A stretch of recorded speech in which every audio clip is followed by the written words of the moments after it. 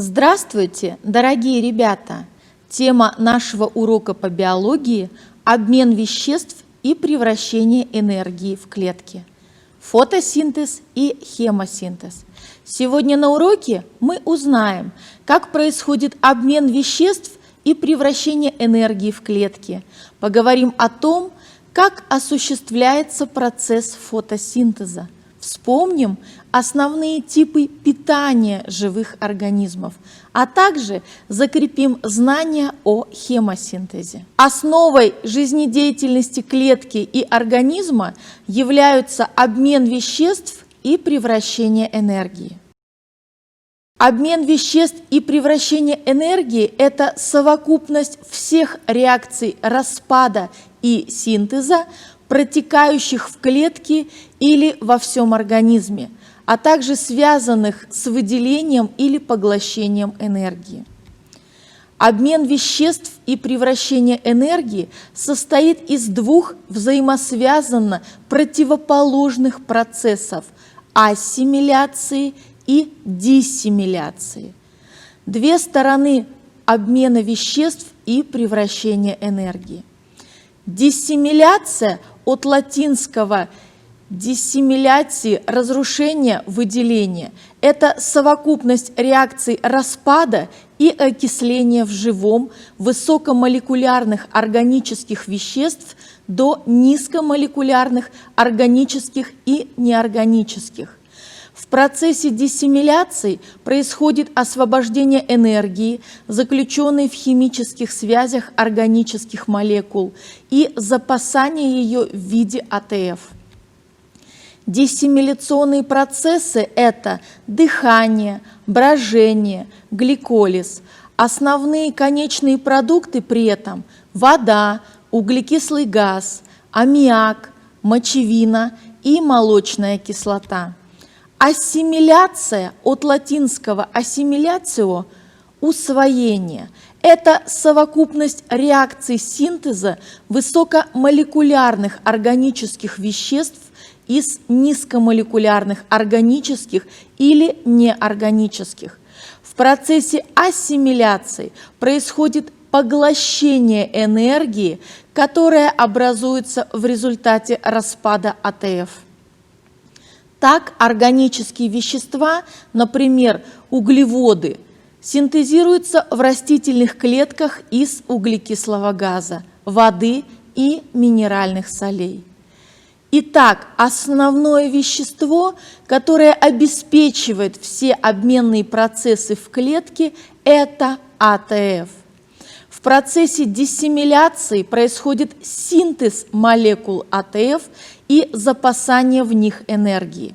В процессе ассимиляции молекулы АТФ распадаются, и выделяющаяся при этом энергия расходуется на синтез органических веществ. Все реакции обмена веществ, превращения энергии в клетки ферментативные, то есть идут в присутствии ферментов. Типы обмена веществ. Единственный источник энергии на Земле – это Солнце. Благодаря солнечной энергии происходит первичный синтез органических веществ из неорганических – фотосинтез. Энергия Солнца аккумулируется в синтезированных органических веществах, превращаясь в энергию химических связей. В процессе питания организмы расщепляют органические вещества, а выделяющаяся при этом энергия запасается в молекулах АТФ. В дальнейшем она используется в реакциях ассимиляции. По способу получения энергии и синтеза органических веществ все организмы делят на автотрофные и гетеротрофные. Автотрофные организмы или автотрофы от греческого «аутос» – «сам» и «трофа» – «пища, питание». Они синтезируют органические вещества из неорганических. К автотрофным относят все зеленые растения и цианобактерии. Автотрофно питаются и хемосинтезирующие бактерии, использующие энергию, которая выделяется при окислении неорганических веществ, например, серы, железа, азота. Гетеротрофные организмы или гетеротрофы от греческого «гетерос» – другой и «трофа» – пища, питание. Гетеротрофы используют только готовые органические вещества. Источником энергии для них служит энергия, запасенная в органических веществах, получаемых с пищей и выделяющейся при их распаде и окислении. К гетеротрофам относятся все животные, грибы и большинство бактерий. При гетеротрофном питании организм поглощает органические вещества в готовом виде и преобразует их в собственные питательные вещества. Процессы диссимиляции у организмов также различаются. Аэробным организмам или аэробам от греческого «аэр» – воздух и «биос» – жизнь, для жизнедеятельности необходим кислород. Дыхание для них является главной формой диссимиляции. Богатые энергией органические вещества в присутствии кислорода полностью окисляются до энергетически бедных неорганических веществ – углекислого газа и воды. Анаэробным организмам или анаэробам от греческого «ан» – отрицательная частица, кислород не нужен.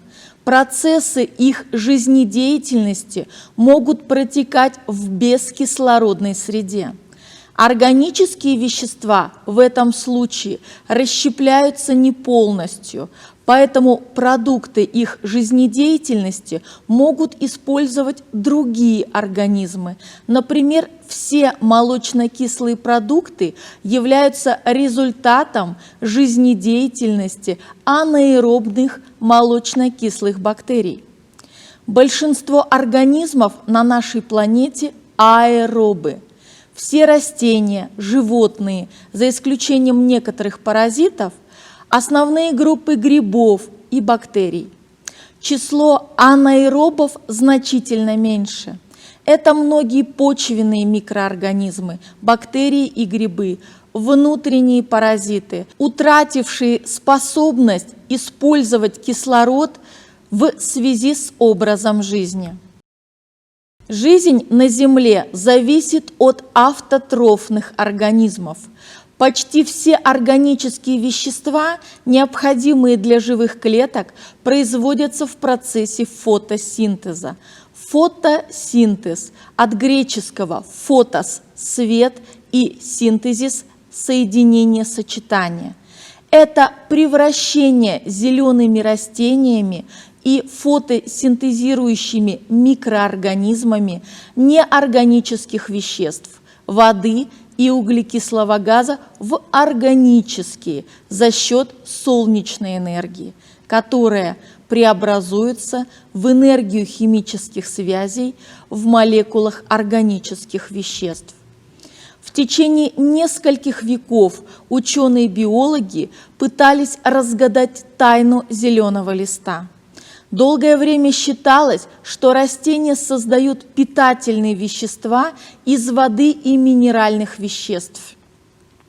Открытие роли зеленого листа принадлежит не биологу, а химику, английскому ученому Джозефу Пристли. В 1771 году, изучая значение воздуха для горения веществ и дыхания, он поставил следующий опыт. В герметичный стеклянный сосуд он поместил мышь и убедился через некоторое время в том, что она, израсходовав на дыхание весь кислород воздуха, к сожалению, погибла. Но если рядом с мышью ставили живое растение, то мышь продолжала жить. Следовательно, воздух в сосуде оставался хорошим. Пристли сделал важный вывод.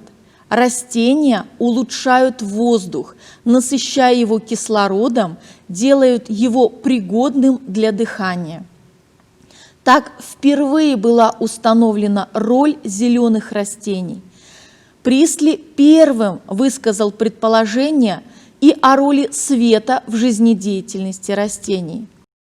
В 1903 году в Лондонском Королевском обществе выдающийся русский ученый Климент Аркадьевич Тимирязев прочитал лекцию под названием «Космическая роль растения». Он сообщил собственные многолетние исследования в области фотосинтеза и привел доказательства того, что фотосинтез, осуществляемый зелеными растениями, является первоисточником органического вещества и энергии. Это открытие стало крупнейшим вкладом в мировое учение о неразрывной связи и единстве живой и неживой материи, которая участвует в непрерывном круговороте как веществ, так и энергии на планете. В процессе фотосинтеза энергетически бедные вода и углекислый газ превращаются в энергоемкое органическое вещество глюкозу. При этом солнечная энергия аккумулируется в химических связях этого вещества. Кроме того, в процессе фотосинтеза в атмосферу выделяется кислород, который используется организмами для дыхания. Общее уравнение фотосинтеза можно представить так. H2O плюс CO2, в результате получается C6H12O6 с выделением O2, то есть кислорода. В настоящее время установлено, что фотосинтез протекает в две фазы – световую и темновую. В световую фазу, благодаря солнечной энергии, происходит возбуждение молекул хлорофилла и синтез АТФ. Одновременно с этой реакцией под воздействием света разлагается вода H2O с выделением свободного кислорода O2. Этот процесс назвали фотолизом, от греческого «фотос» – свет и «лизис» – растворение. Образовавшиеся ионы водорода связываются с особым веществом, переносчиком ионов водорода НАДФ, и используются в следующей фазе. Для протекания реакции темновой фазы наличие света не обязательно. Источником энергии здесь служат синтезированные в световую фазу молекулы АТФ. В темновой фазе происходит усвоение углекислого газа из воздуха, его восстановление ионами водорода и образование глюкозы благодаря использованию энергии АТФ. Значение фотосинтеза. Прежде всего, фотосинтез – это основа питания всех живых существ. Ежегодно на Земле производится 150 миллиардов тонн органического вещества и выделяется 200 миллиардов тонн свободного кислорода. Из кислорода образуется озоновый слой, защищающий живые организмы от ультрафиолетовой радиации. Фотосинтез поддерживает современный состав атмосферы, препятствует увеличению концентрации углекислого газа СО2, предотвращая перегрев Земли. Растения вовлекают в круговорот миллиарды тонн азота, фосфора, серы, кальция, магния, калия и других элементов. По подсчетам ученых, без фотосинтеза весь запас кислорода был бы израсходован за 3000 лет. Кроме фотосинтеза, известен еще один способ получения энергии и синтеза органических веществ из неорганических. Некоторые бактерии способны извлекать энергию путем окисления различных неорганических веществ. Для создания органических веществ им не нужен свет. Процесс синтеза органических веществ из неорганических, проходящий благодаря энергии окисления неорганических веществ, называют хемосинтезом. От латинского «хемил» – химия и греческого «синтезис» – соединение, сочетание. Хемосинтезирующие бактерии были открыты русским ученым Виноградским. В зависимости от того, при окислении какого вещества выделяется энергия, различают хемосинтезирующие железобактерии, серобактерии и азотобактерии.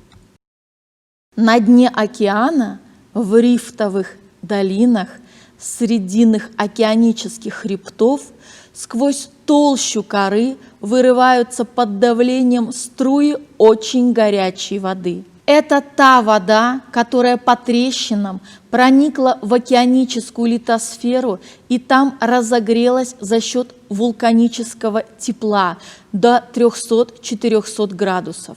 Пониже, где стенки трубы имеют толщину 4-6 сантиметров, а температура равна 100-120 градусов, живут бактерии. Сплетение миллиардов бактериальных клеток, способных, как ни странно, выживать при столь высоких температурах, образует так называемые маты или подушки площадью до нескольких квадратных метров и толщиной в несколько сантиметров. Ниже, при температуре 50-80 градусов, бактерии вытесняются помпейскими червями. Это единственные животные на Земле, способные выживать при таких высоких температурах. Ученые назвали их помпейскими червями, потому что они, как и жители древних Помпеев в Италии, живут на краю вулкана, который может в любое мгновение погубить их. Еще ниже, в отдалении от устья Курильщика, там, где температура опускается ниже 40 градусов, видны сплетения белых трубок гигантских до 2,5 метров червей с ярко-алыми щупальцами. Это паганофоры, несущие бороду. Они питаются за счет бактерий, которые синтезируют органические вещества за счет энергии химических реакций. Каждому организму в процессе жизнедеятельности необходима энергия. Движение, рост, развитие, размножение – все эти процессы связаны с затратой энергии. Автотрофные организмы способны аккумулировать солнечную энергию и благодаря ей синтезировать в своем теле органические вещества. А как же получают энергию гетеротрофные организмы? Гетеротрофные организмы получают органические вещества с пищей. Первоначальное расщепление веществ происходит в их пищеварительном тракте, а окончательное – на клеточном уровне. Высокомолекулярные органические вещества пищи не могут быть сразу усвоены клетками и тканями. Прежде всего, они должны быть разрушены до низкомолекулярных веществ, более доступных для клеточного усвоения. В результате сложных многоэтапных процессов диссимиляции выделяется энергия, которая частично расходуется в виде тепла, а частично преобразуется и запасается в молекулах АТФ. Рассмотрим основные этапы протекания этих процессов у животных и человека. На подготовительном этапе, его еще называют пищеварением, происходит расщепление органических веществ под действием ферментов в пищеварительном тракте. Так, белки расщепляются в желудке и в тонком кишечнике под действием ферментов. пепсина, трипсина до аминокислот. Расщепление полисахаридов начинается в ротовой полости, в присутствии фермента слюны амилазы, а далее продолжается в двенадцатиперстной кишке. Там же расщепляются и жиры под действием липазы. Образующиеся низкомолекулярные вещества всасываются в кровь и доставляются ко всем органам, тканям и клеткам организма. Вся выделяющаяся на подготовительном этапе энергия рассеивается в виде тепла. Подготовительный этап, где Q – тепловая энергия.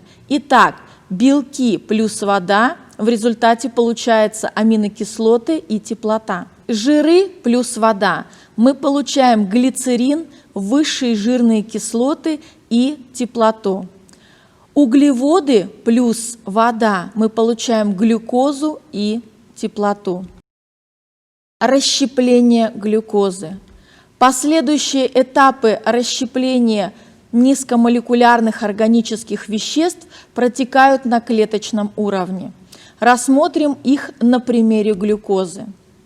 Именно это вещество служит основным источником энергии для большинства организмов. Глюкоза в клетке может расщепляться двумя способами – анаэробно и аэробно.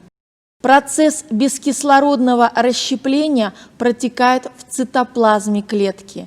В зависимости от типа клеток и организмов из глюкозы могут образовываться пировиноградная кислота, молочная кислота, этиловый спирт, уксусная кислота и другие низкомолекулярные органические вещества. Выделяющаяся при этом энергия запасается в двух молекулах АТФ, а частично рассеивается в виде тепла. Некоторые процессы бескислородного расщепления глюкозы называют брожением. Они характерны для анаэробных микроорганизмов, например, для молочно-кислых бактерий и дрожжей. Молочно-кислое брожение наблюдается и у аэробных организмов при недостатке кислорода в тканях. Например, нетренированный человек после интенсивной физической нагрузки чувствует боль в мышцах. Образовавшаяся там молочная кислота раздражает нервные окончания. Примерно через 2 суток боль стихает, молочная кислота окисляется дальше. У аэробных организмов все промежуточные вещества, образующиеся из глюкозы, при бескислородном расщеплении окисляются кислородом воздуха до углекислого газа и воды. Этот последний этап диссимиляции называют биологическим окислением или клеточным дыханием. Он протекает в митохондриях. В реакциях кислородного расщепления глюкозы выделяется значительно больше энергии, основная часть которой запасается в 38 молекулах АТФ. Кислородное расщепление глюкозы. С6H12O6 плюс О2. В результате мы получаем СО2 и H2O, и выделяется 38 молекул АТФ. Таким образом, аэробное расщепление глюкозы энергетически в 19 раз выгоднее, чем анаэробное. В этом процессе образуются только энергетически бедные неорганические вещества, а клетка запасает максимальное количество энергии в виде молекул АТФ. Бескислородные и кислородные пути диссимиляции. Исторически брожение более древний процесс, чем клеточное дыхание. Он характерен не только для анаэробных организмов, но является и первым этапом окисления глюкозы у аэробных организмов, в том числе у животных и человека. Кислородный путь диссимиляции оказался более выгодным в энергетическом отношении. Благодаря выигрышу энергии Первичные одноклеточные аэробные организмы дали в процессе исторического развития живой природы начало многоклеточным организмам и достигли больших размеров. Среди анаэробов остались только одноклеточные формы, за исключением паразитов, вторично перешедших жить в анаэробные условия. Итак, ребята, сегодня мы с вами узнали, как происходит обмен веществ и превращение энергии в клетки. Поговорили о том, как осуществляется процесс фотосинтеза, рассмотрели световую и темновую стадии фотосинтеза, вспомнили основные типы питания живых организмов – автотрофное и гетеротрофное, а также закрепили знания о хемосинтезе как о способе автотрофного питания. Обратите внимание на информационные ресурсы, которые были использованы для подготовки к уроку. Надеюсь, вам все было понятно и интересно. До свидания.